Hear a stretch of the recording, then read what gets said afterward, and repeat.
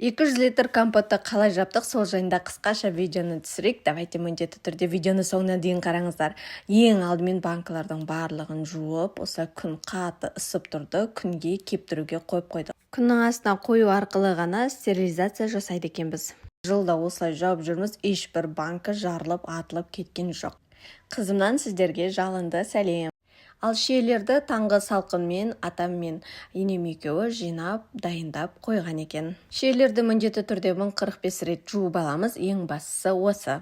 Бұл 200 литр компотты жабу үшін маған енем, атам, күйеуім барлығы жабылып түрде көмектесті. Даже балаларым да барып кел, шауып келдің жұмысын атқарды. Осыншама компотты әрине газда су қайнатып жауып өту мүмкін емес. Ауылда болған соң даладағы осы қара қазанымызға суымызды құйып қайнатып алдық. Дайын болған банкілерімізге бір кесе ши, бір кесе қант салып, осылай дайындап қоямыз. Крышканы міндетті түрде стерилизация жасаймын. Біздің үйдің ережесі, бұл сенің жұмысың, бұл менің жұмысым деген нәрсе жоқ. Кім бос, қандай жұмыс бар, соны просто жасап кете береді. Қиын жұмыстың бәрі артта қалды. Енді тек қайнаған суды құйып, аузын жабу ғана қалды.